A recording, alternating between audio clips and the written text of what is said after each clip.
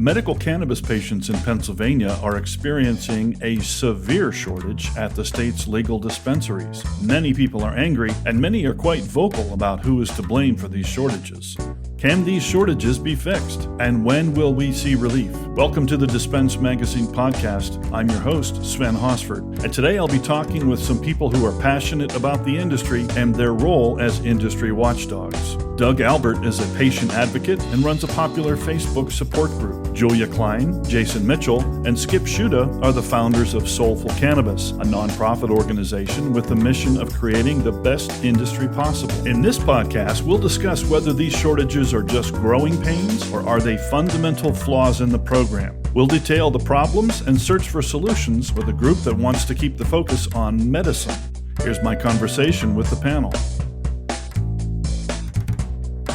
We're here today with a group of industry watchdogs, and we're going to be barking about the medicine shortage here in Pennsylvania. The big question is, are these just growing pains, or are there some fundamental flaws in the program?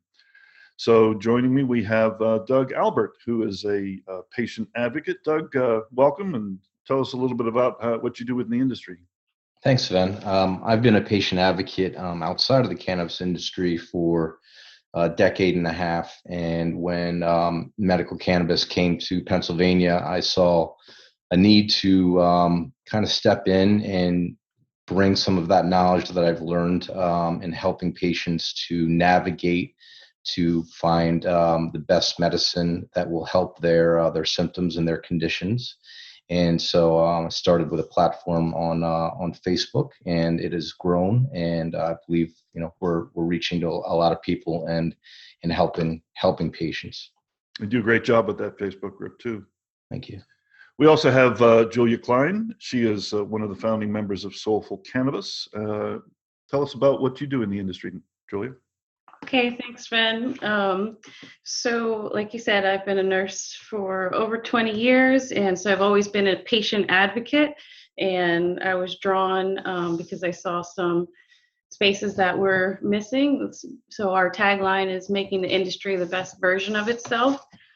We've created a caregiver program. We're about to roll out training to get everybody on the same page with cannabis as medicine. That's great. It's always exciting to see what you guys are doing. Another founder of Soulful Cannabis, Jason Mitchell. Great to have you with us today.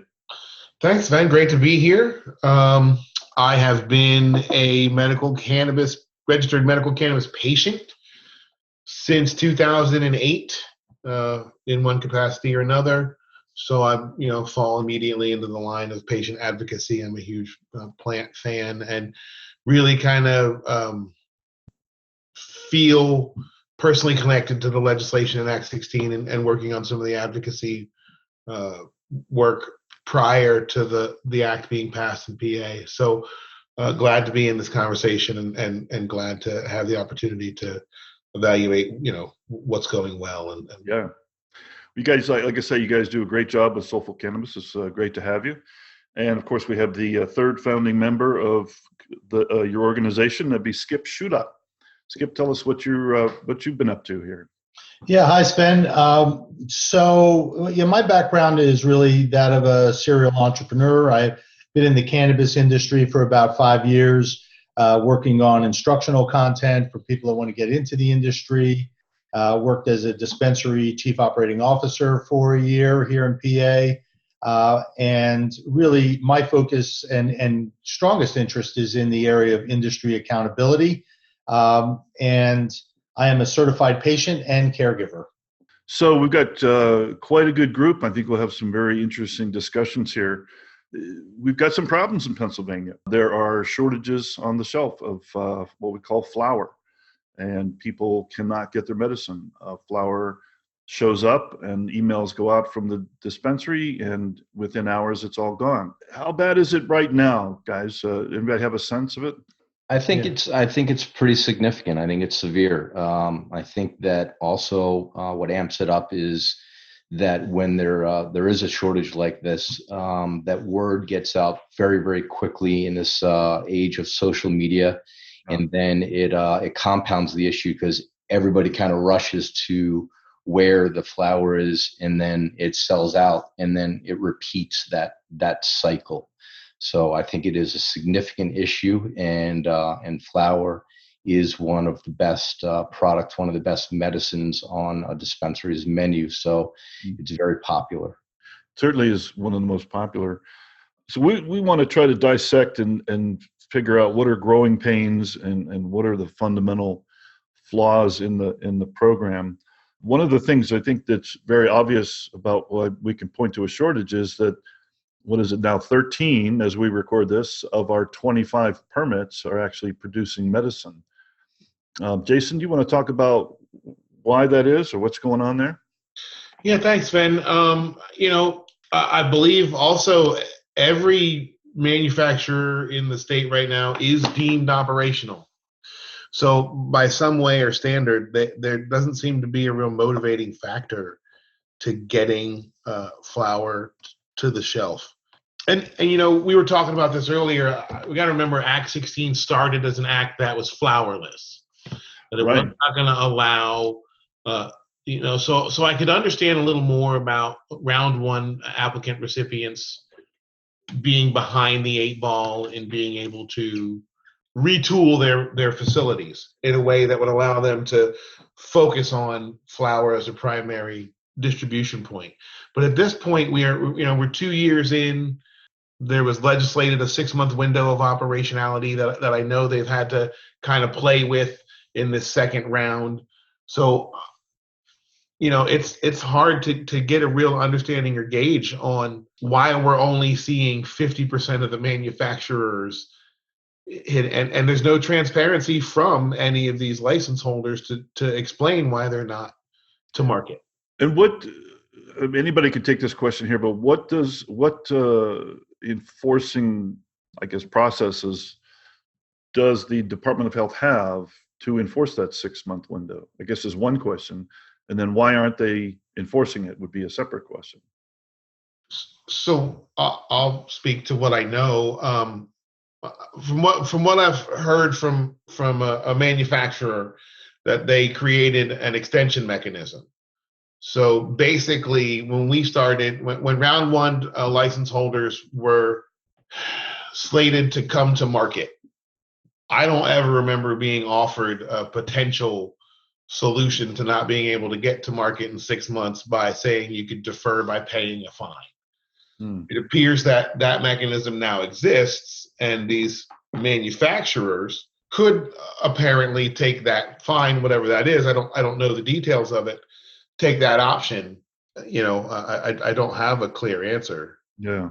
Anybody else want to handle that? Well, I think that the state has been adding some quality control inspectors, and I think they've been in the last 6 months or so. I think there have been a ramping up of those quality control inspections, and they're really, I've actually seen at dispensaries where inspectors will come in and start doing some inspections. I have to assume the same thing is happening at the grower processors, but we don't know exactly what the inspection points are. And there's a lot of latitude in the act in terms of what has to be done. So there's no regulation with respect to how much canopy must be produced for a grower processor to actually be up and running. They could go as small as 1,000, 2,000 square feet if they wanted to, and actually start selling product that way. What is operational? What is operational, right? And so my understanding of operational really means that the facility is permitted to begin operations, but is not required to begin operations. And that, I think that open-ended window creates a problem because then you also have market forces that start to come into play, because some of these operators may be looking at this as an opportunity to actually hold on to a permit to a point where they find a willing buyer who would be interested in purchasing their permit. Yeah. And in that case, what's the incentive to actually invest a lot of capital in something that's going to have to ramp up and And with all of that ramping up, there's risk involved, right? Because the larger you go, the riskier it gets in terms of, being able to produce at scale. So that becomes an important factor, not the only factor. I mean, I think it's a multifactorial issue. Yes, yes. Well, the next thing I wanted to point out was, and I think this kind of leads into it, is you talk about the risk. Nobody expected for there to be so many patients. I mean, the growers themselves have told me that, some expected 30,000 in the first year. Another one told me 50,000 in the second year. We had 90,000 in the first year, which I think speaks well of some things that the Department of Health did extremely well. As the patient advocates, Julia or Doug, if you want to talk about this, like how has the tide of patients affected this whole problem, and why was it such a surprise, I guess is my question, that we have double what they expected in the number of patients? I think the short answer is that patients are having success utilizing the medicine, and people tell people when they find something that works. And just going back for a second, I think there's lots of compliments to go around, but there's also lots of blame to go around, and between GPs, dispensaries, DOH, and I think the DOH, this is also new for them. They have never dealt in this type of call it holistic medicine, where it's not Western medicine where there's a typical prescription that we have, and there does need to be a little bit more at this point of a carrot and stick attitude, because it is a regulated market, and I think that they've been acting in a sense that it is they're trying to make it as free of a market as possible. But ultimately, when there are bad actors within the industry, that is when we need them to protect patients by bringing out that stick a little bit. Yeah, yeah. Well, you make a good point, though. It's a brand new kind of industry, a brand new industry, all new companies, and they handed off this multi-million-dollar industry to a Department of Health, which has never had to deal with anything like this before. So yeah, there's going to be some growing pains for sure. I would just like to add, in that by design, right? Again, I think there was some early on some decisions made in Pennsylvania that really have proven to be forward thinking when we look at the clinical registering stuff that they've done. I also think there was some decisions that were left something to be desired, in that, putting the Department of Health as opposed to Department of Revenue, all the different mechanisms that you see state to state that seem to work better or work differently in facilitation rollout.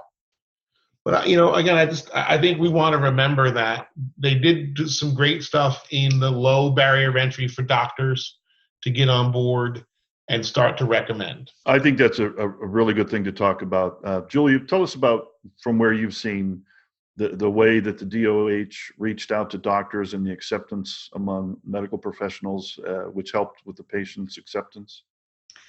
Yeah, I believe what Doug had touched on, when something works, the word spreads pretty quickly. And I believe the doctors saw success with other doctors, so they were all signing up, and it was it's a 3-hour course, 4-hour course. 4-hour course, yeah. And it's affordable, so it's something that they could do, and they've seen great success. And I think one part of it, we were talking about why medicine's not available. I kind of think that they are using retail strategies instead of actually treating this more like medicine. Yeah, speak a little bit more about that. How are they doing that exactly? Well, for example, when would you ever go to get insulin and then they say, "Oh, sorry, we don't have that on the shelf today, but you can try something else that may work."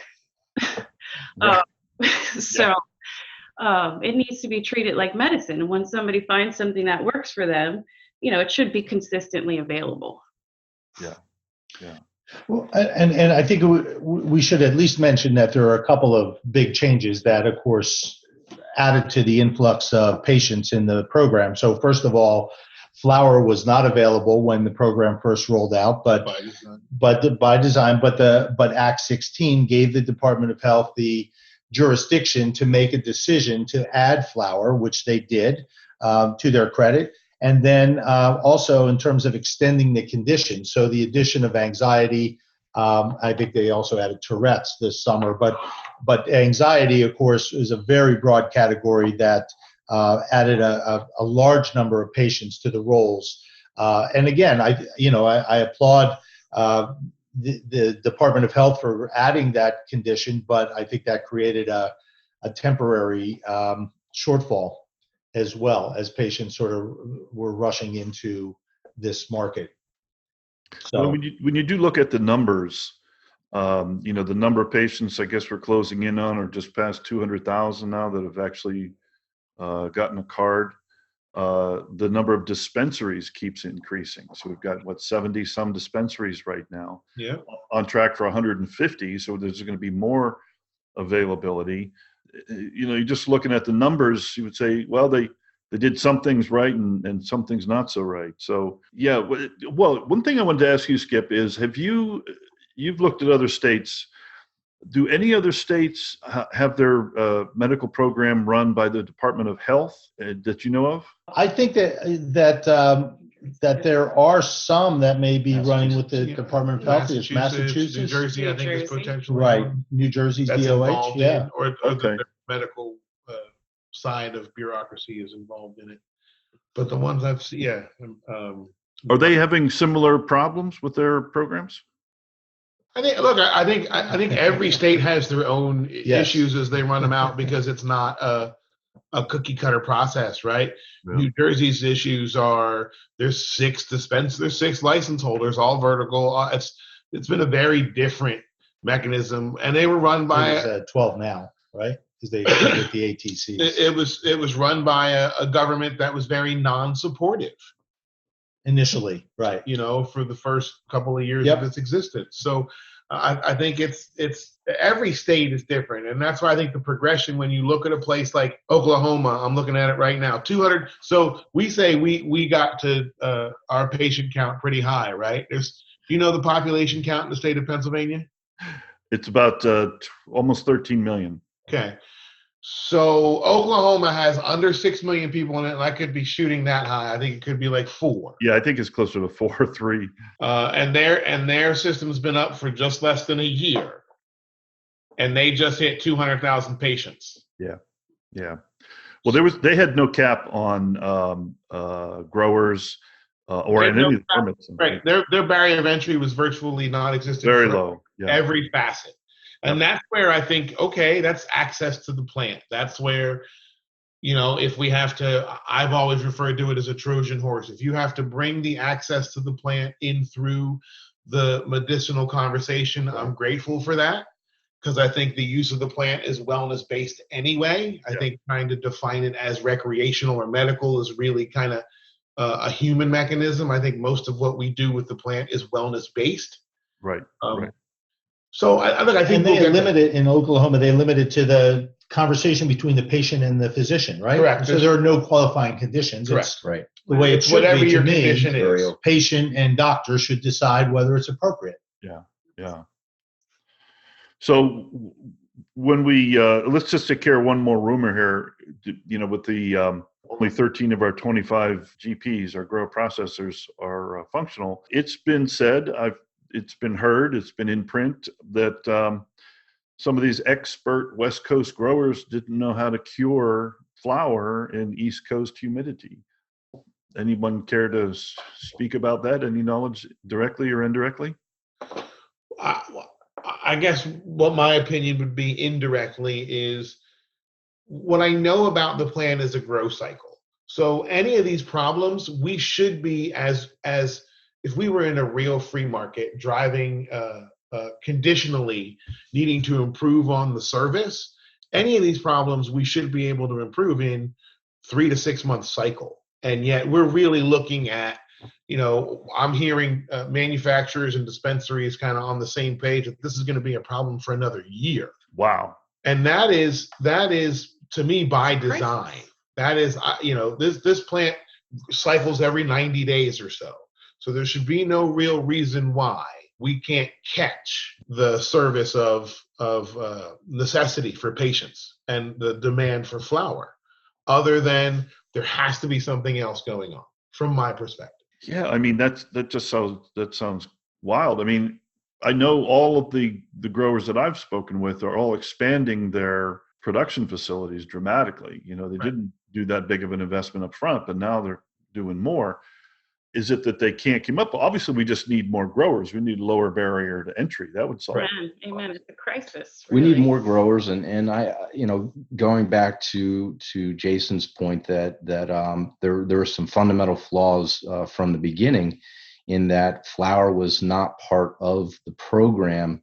I also see that greenhouse design is not optimal. From my knowledge, for example, if there is a mold issue, and you have 50,000 square feet, and it could be compartmentalized so that the entire crop is not lost, there's things that can be put in place. And Dr. Collins made a great point at the last DOH meeting, that there's nothing holding GPs back from making capital expenditures to either improve or increase the square footage of their grow facilities.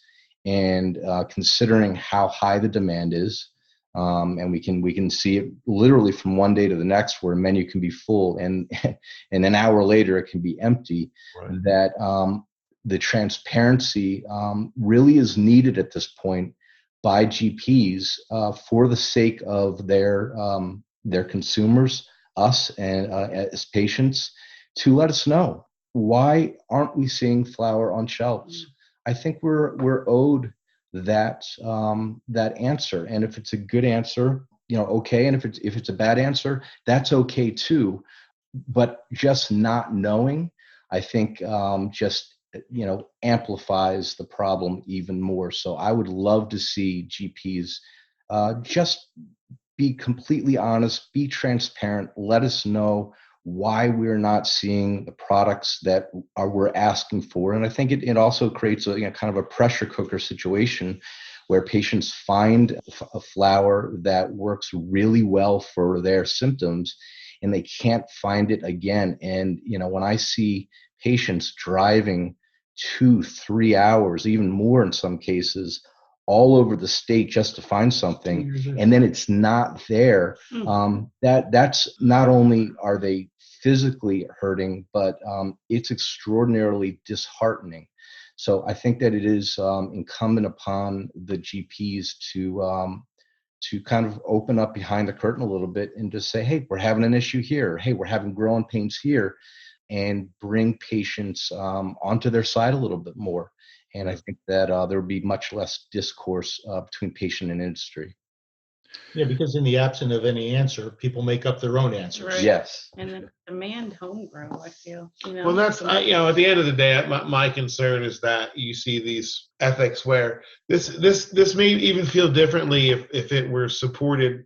Every patient you hear Doug or myself or Julie or Skip talk about this experience of driving, we're 2 years in and they're driving hundreds of miles to access a plant that they're paying out of pocket for. Yeah. The gas expense, the time, the pain, the suffering, and the access to the plant, all cash out of pocket.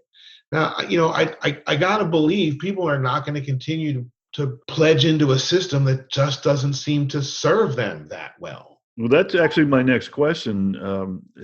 Has anybody seen people just backing out of the system, just falling out because they can't get what they need? Yes, absolutely. Yes, definitely. There are people that are falling out of the system. I can just specifically point to the Facebook group that I run, and there are patients. And one of the things that we can't control is somebody decides that they don't want to have their card anymore, but they're still in the group. There's no way for us to track that. Yeah. But I can, aggregate enough data by looking at posts and comments of people that are no longer in the program. These were people that were very, very committed to the program. And they're not in the program because they don't want to be in the program. They're not in the program either because of expense, of course, or they can't find that one or two products that really, really help them. And I want to just go back to one point that Julia made earlier, which is, there's a lot of industry individuals who they have retail experience, but prior to this, they never had experience within a medical industry. And so they're bringing some traditional retail practices, which is creating an unequal distribution of medicine around the state that is also exacerbating the dryness, pun intended, shortage of flour.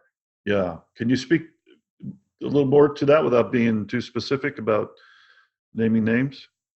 Yeah, I certainly am not going to name names, but as an example, if you came from, say, I don't know, the video game industry, and there was a really, really popular video game that came out, and let's say the manufacturer, the software company that made that video game said, well, we're going to do an exclusive with this particular retail shop or shops, and say they're all clustered in Western Pennsylvania. Well, that hurts people that are in Eastern or Central Pennsylvania or wherever they might be. It's in video game land, it's who cares, right? It's video games. But when it comes to medicine, it's unacceptable. It's just flat out unacceptable. If somebody is on insulin, if somebody is on a blood thinner, somebody is on a medication that they must have, they need, I don't believe that is really sinking in. And being solution oriented, perhaps one of the solutions is for the dispensaries to, in a way, have their own round table. I don't want to say unionize, but come together and say, hey, this is what we're seeing on the ground. This is what our bud tenders are seeing. And this is what patients are saying. I don't know that those conversations are happening in the manner that they should, in the frequency that they should. I'll just add in, when I look at, Instagram feeds and social media and whatnot from all of the retail operators, not all of them, but a number of them, it has a very retail kind of feel. The specials that are being run, the promotions that are being run, what's being emphasized, this stuff is fire, that kind of thing. I'm seeing less about specific medical, and I know they can't make medical claims, so it's a bit of a catch-22.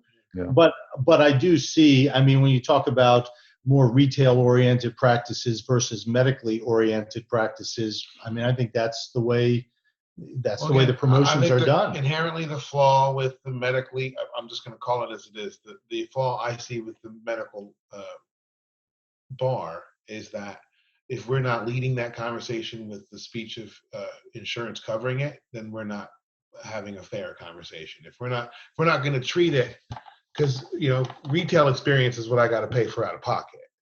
My medicine is covered. That insulin I need is covered by the insurance process, right, and the infrastructure. Yeah. So now it's the blending of two of these, where you have corporate mechanisms of retail bottom line that are. My concern is now you have service agreements being created based on population access and based on how busy people are. So this has nothing to do with patient access. So I would agree with Doug that the louder and more consistent our voice as a patient or as dispensaries model, the more they share in that responsibility of conversation at the table, rather than being dictated to by an industry that says, here's your service agreement if you want this much flour. And Sven, I've heard this from more than one dispensary owner, that manufacturers are coming to them, selling them other products and services to then guarantee them access to flour.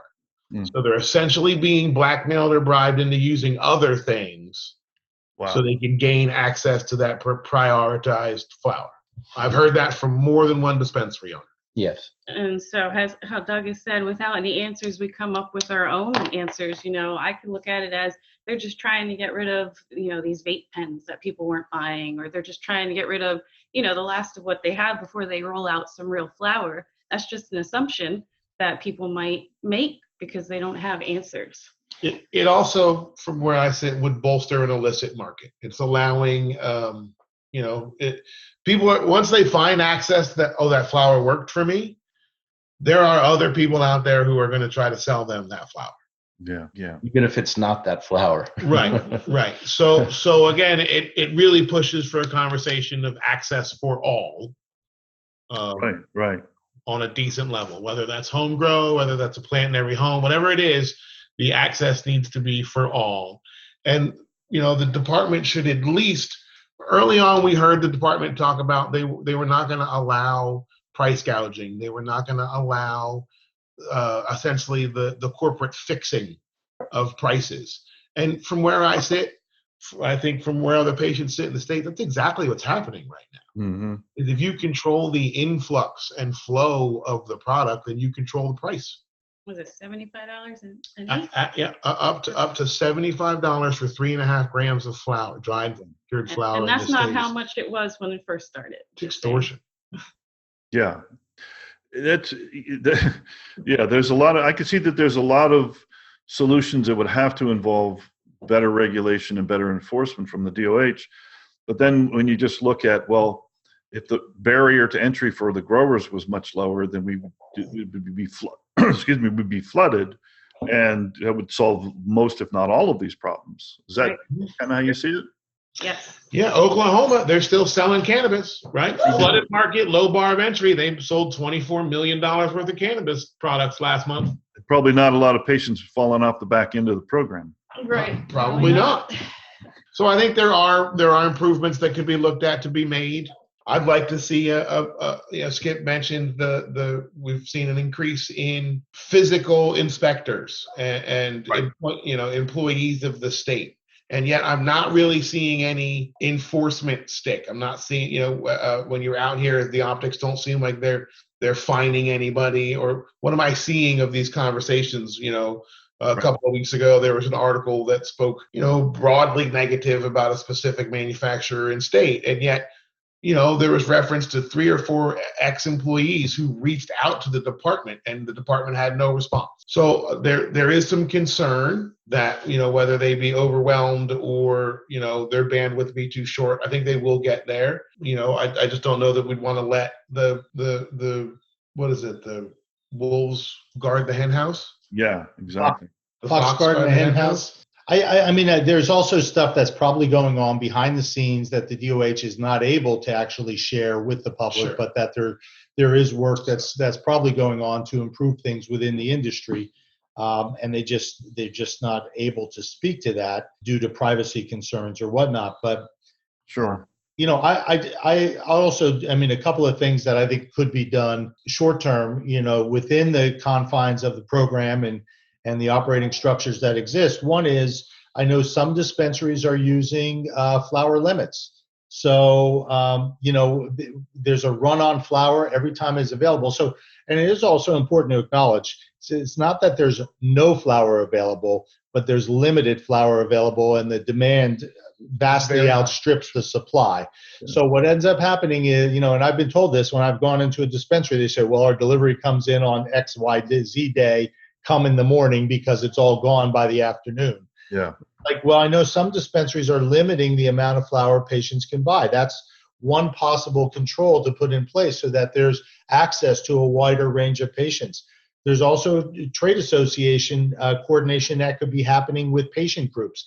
Certain patient groups, trying to prioritize certain kinds of medicine, access to certain kinds of flower could be potentially coordinated between the trade association, and it gets back to these issues of transparency that Doug was speaking to earlier. I think those kinds of coordinated efforts would go a long way towards at least strengthening the confidence that people have in the program. Yeah. So we keep talking about more growers. What do you think is there some hesitation among the current GPs because they're kind of waiting for the adult use to happen? Or what do you think the possibility of adult use, how is that affecting this whole situation? Skip, you sound like you would probably know. Well, I mean, I mentioned this earlier, and I don't want to paint the entire industry with one brush, but it's clear that from the history of the program that some people are primarily in this from a profit motive as opposed to a service motive. That's not true for all of the operators in the program. We know there are plenty of operators that are really patient focused and want to do the right thing. We do. But there are some cases, and there's really nothing to prevent this, where somebody is basically holding on to a permit with an eye towards flipping it right. When adult use comes, or to then saying, okay, now's the time to actually invest my capital because I can see a much bigger return with an adult use market. The number of consumers grows exponentially. So that becomes a factor, and there's an accountability point here, and I don't know within the regulations how much can be done, but this is an area where potentially watchdog groups or trade association groups can start to hold members accountable by asking the tough questions and saying, look, we need you to be transparent about what your production plans are. How much are you producing? How are you allocating between flower and concentrates, and why? Those kinds of conversations. They may, grower processors may participate in that, but they may choose not to. But at least we'll know once we start that conversation who's willing to come to the table and try to put some solutions together so patients are being served. Very well said. Well, let's talk about solutions. Skip, you just ran through a good set there. Mine already. Yeah. Doug, what do you see as some fundamental changes that need to happen to solve some of these problems? Well, you had mentioned a few minutes ago about adult use. It's my opinion that if the GPs are in it to win it and they're here for the long term, then build now. The demand is there. The demand will continue to be there. So I want to know about the conversations that they're having at the C level as to why they are not growing more. Either there's a flaw in design, as Skip said, perhaps some of them are holding back and waiting to flip or sell out or have an M&A, a merger and acquisition. But there are a number of companies that really are here for the long term. And I would just ask them very, very directly, what is holding you back from growing, figuratively and literally? That is, literally it's a square footage issue, and or it is an issue of, if they have a bad crop. But again, with better design of greenhouse, with larger greenhouses, and nothing was preventing that, that is a solution right there. Yeah, well said. Julia, what kind of solutions you got for us? I am all for home grows, just putting the responsibility in your own hands. That just makes equal access. And if you can grow your own tomatoes and your own basil, why can't you grow your own medicine? Well, now for some people that's not quite an option because they find if it's a concentrate they need or a specific strain or that sort of thing. Would home grow be able to fix that too? Homegrown, you can certainly make concentrate with home grow. Finding strains might be a little bit of a problem, but it's certainly possible. Yeah. Cooperatives, microgrows, things like that can really help. It certainly, I think access to the plant certainly gains capacity for everybody. I think of a couple of people one person in particular, Eric Asher, who's going around the state and doing a great job educating people on solventless extraction. And so you're still giving people access to, if I grew that plant in my backyard, he could still come and educate me on how to extract the concentrate and create other products from that. So I think long term, I think that really is an equalizer in gaining, people having their equal access to that plant. But I really, I'm surprised that none of us have come to this sooner. I think about everybody's kind of isolated and segregated in their own corners, whether it's patient advocacy groups or it's industry advocacy groups or it's the department itself. I would really love to see a community board, a board that involved the department, the industry, and patients all in the same vein, on the same stature. Yeah.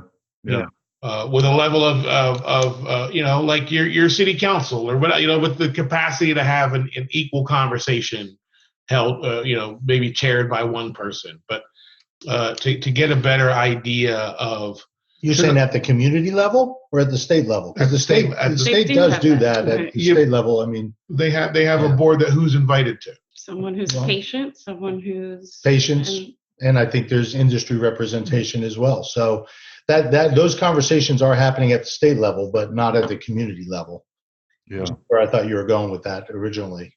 So I also feel another solution would be demanding that these people are saying, the growers that are saying they're operational, demand that they actually are producing flower or something. And if they're not, accountability for why. And I'm very stuck on the point that, the consistency is not there, that you don't get the same medicine everywhere across the state all at the same time to everyone. That's got to be regulated better. What's interesting, Sven, is when the vape cartridge crisis kind of came out, and every GP was right on having a PR release that they don't have vitamin E acetate in their products. Well, they're right there to defend themselves. Well, I would love to understand a little bit more of the supply and the demand from their perspective, and there might be some really legitimate reasons. Again, it just goes back to there is a barrier. There's a breakdown of communication between industry, between patients, and I think that this is a very close-knit community. It can certainly be tribal at times, but the community really does do a great job of coming together when it is necessary. And I would just again say to GPs, hey, get your boots on the ground, get face to face, have conversations with patients, maybe do some focus groups, and learn where their pain points are, because where their pain points are, where patients' pain points are, that's where the GP's pain points should also be. They should be in the boardroom saying, we need to have more supply. We need to have more consistency. We need to have staple strains, not look for the next shiny object of exclusive products that, in my opinion, aren't necessarily of medical value. They're more for generating revenue, buzz, marketing, media. That's not what people are asking for. People are asking for consistency of availability and selection. And truly, if we could bring out a crystal ball and look at the potential and the possibilities, I mean, Pennsylvania, it could be on track to be one of the leading states when it comes to medical, the medical program itself, the delivery, the depth, the research. We would be among the leaders if this were fixed, because there's, as far as I can see, no reason why we wouldn't have 1 million to 2 million patients. Yeah. My concern is I'm seeing the advertisement for our first clinical research avenue to open, the first dispensary in the state to open that's got a CR attached to it. Uh-huh. And yet I don't see a difference, right? Well, if they're not creating their own products, which is what I thought this whole the CR was licensed as a vertical. Right. Would have their own products to put to market. So if all you're going to do is create a dispensary that allows you to generate revenue through the limited access of products that are out there, sure, you're going to get a started window into some baseline clinical research. But I just feel like the motivation right now is just for, very capitalistic reasons. And I agree. Right. I think we could really shift it to a very expansive clinical model.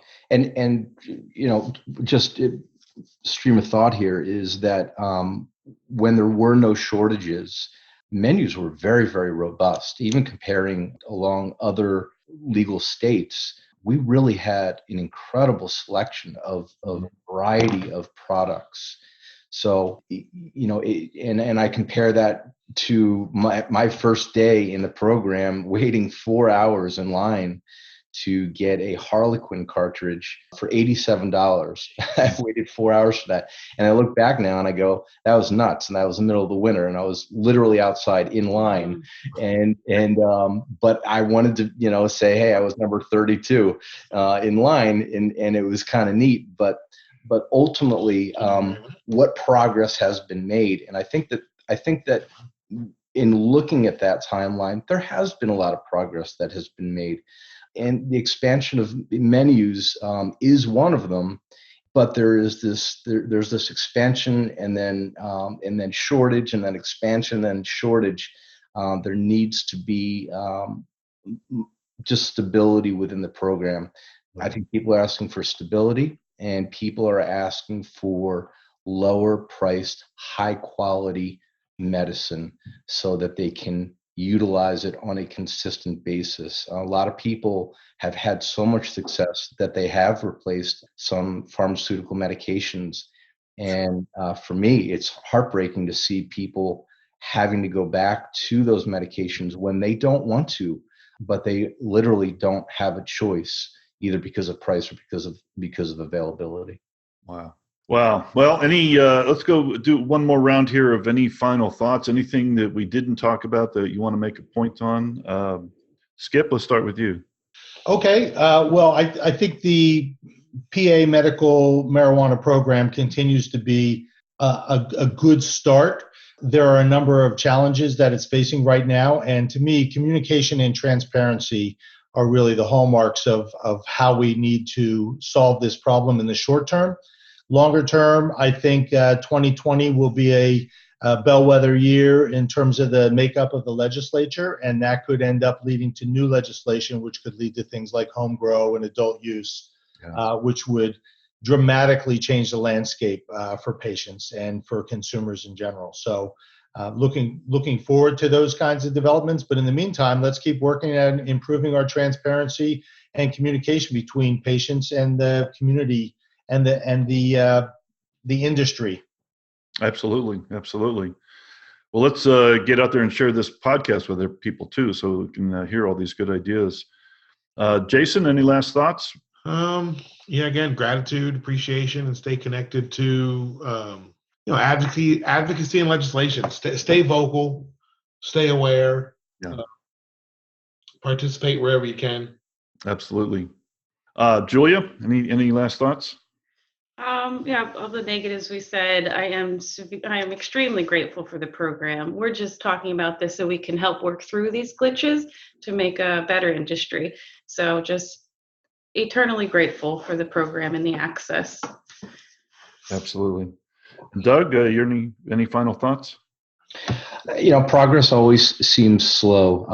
It's everyone's waiting for everything to be just right. And I think, just echoing what everyone has said here, I think that there's a coming together. There's a responsibility on the industry side for GPs, for dispensaries.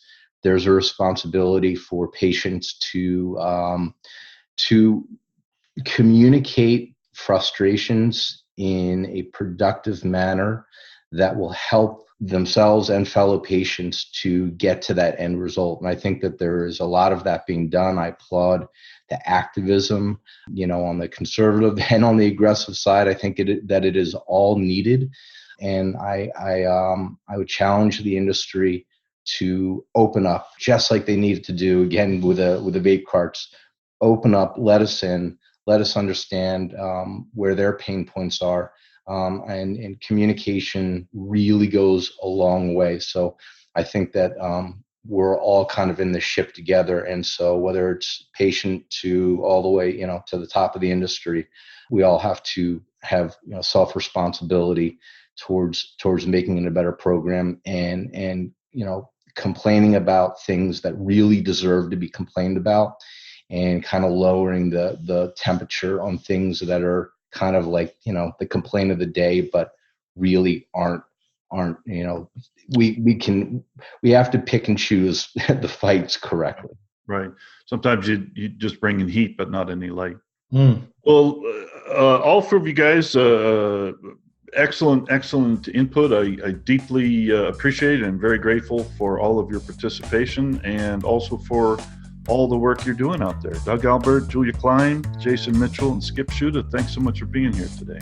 Thank so you, much, Sven. Thanks, Sven, Sven. I want to thank you for all the work that you do as well and the spotlight that you bring to all these wonderful conversations and opportunities we have. Thank you, sir. Very much appreciated. That's it for this episode of the Dispense Magazine podcast. You can find out more about Soulful Cannabis at soulfulcannabis.com. Keep up to date on the Pennsylvania program at medicalmarijuana.pa.gov and on our website.